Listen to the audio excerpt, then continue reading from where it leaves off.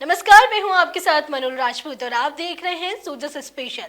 राजस्थान की विजय लाल सरकार जन कल्याण की नई इबारत लिख रही है। मुख्यमंत्री श्री विजय लाल शर्मा के सशक्त नेतृत्व में प्रदेश विकास की नई रफ्तार पकड़ रहा है।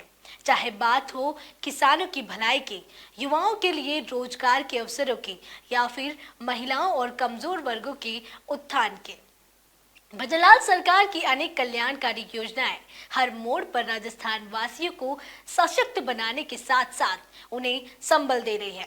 तो आइए नजर डालते हैं विकास की एक और नई कहानी पर।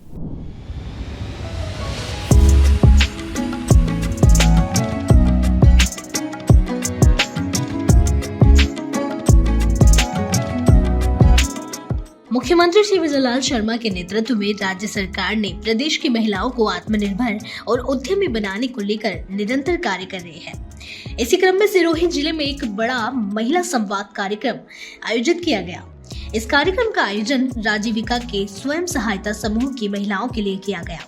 इस कार्यक्रम की खास बात यह रही कि इसमें राज्य मंत्री श्री ओटाराम देवासी के साथ अंतर्राष्ट्रीय स्तर पर प्रसिद्ध सामाजिक कार्यकर्ता और राजीविका की ब्रांड एम्बेसडर श्रीमती रूमा देवी ने शिरकत की।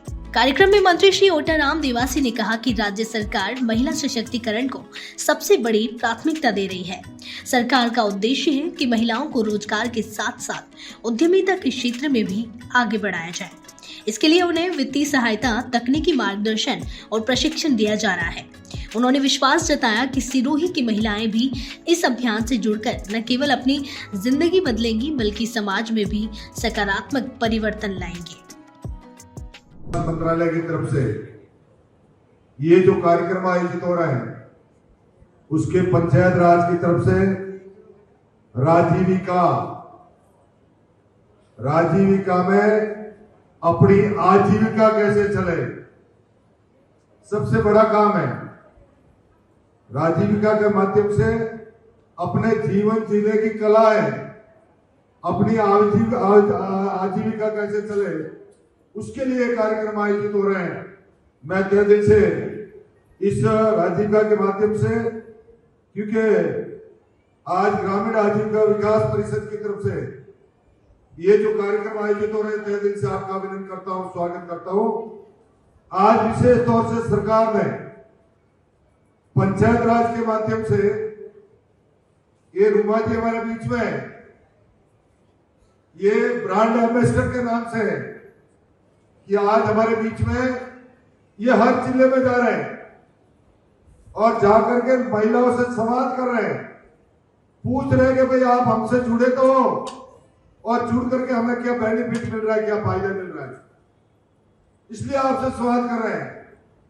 और विशेष तरह से संवाद इस तरह का कि कई महिलाएं जुड़ तो चुकी, पर इसमें जो अपना अधिकार है, अपन को जीवन जीने की जो कला है, वो अभी तक अपन ग्रहण नहीं कर सके।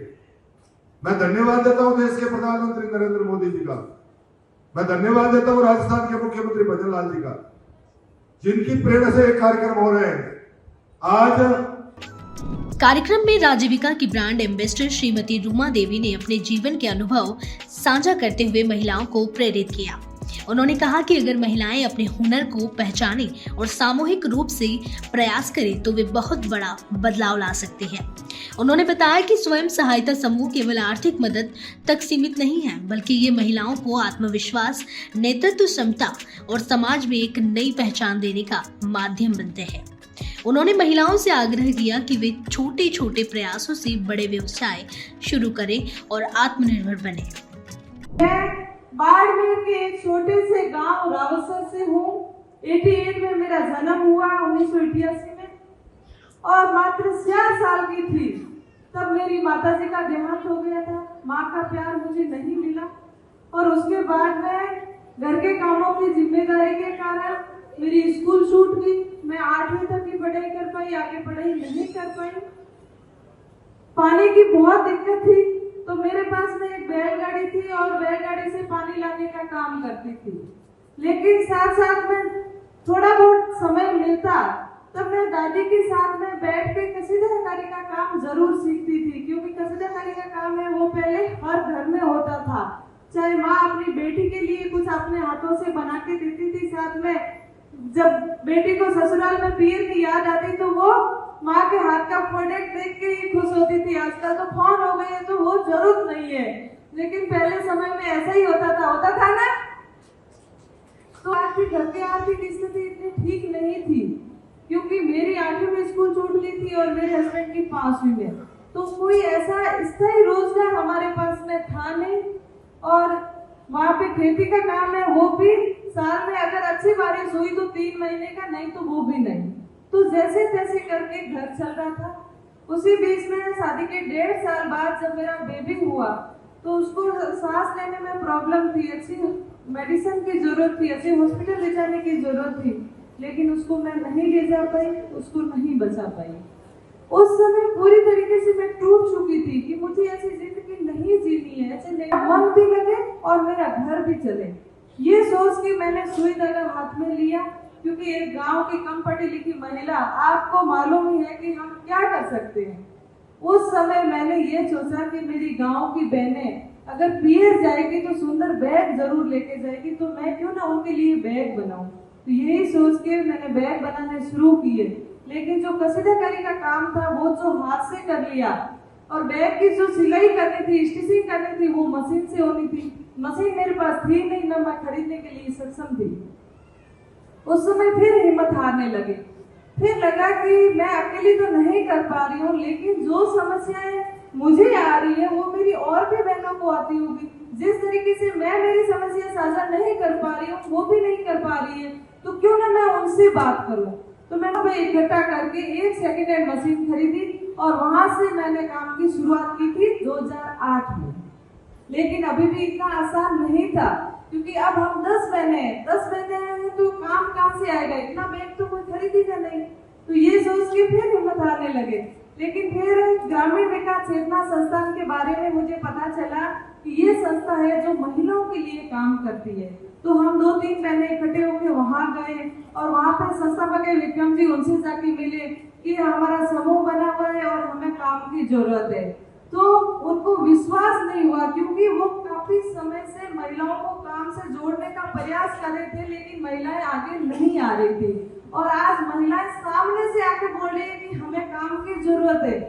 तो हमने कहा नहीं, हमें काम की जरूरत है, हमें इसीलिए आए हैं, आप हम पे विश्वास करिए।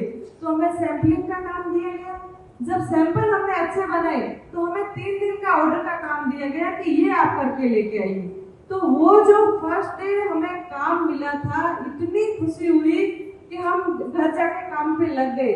और जब सुबह वापस आए तो उनको लगा इनसे काम हुआ नहीं, ये कल शाम को लेके गए, अभी वापस आ गए। मैंने कहा ऐसा नहीं है, हम काम पूरा करके लेके आए। तो ये कैसे पॉसिबल हो सकता है, 3 दिन का काम एक ही रात में कैसे हो गया। मैंने कहा खुशी इतनी थी कि पूरी रात बैठ के काम किया और सुबह हम काम लेके गए वापस। राज्य सरकार स्वयं सहायता समूहों के जरिए महिलाओं को न केवल रोजगार से जोड़ा जा रहा है, बल्कि उन्हें उद्यमिता के लिए वित्तीय और तकनीकी सहायता भी उपलब्ध कराई जा रही है। कार्यक्रम में बड़ी संख्या में महिलाओं ने भाग लिया और संवाद सत्र के दौरान अपनी समस्याएं और सफलताएं साझा की। सिरोही जिले की महिलाएं भी इस अभियान का हिस्सा बनकर अपनी और समाज की दिशा बदलेंगी।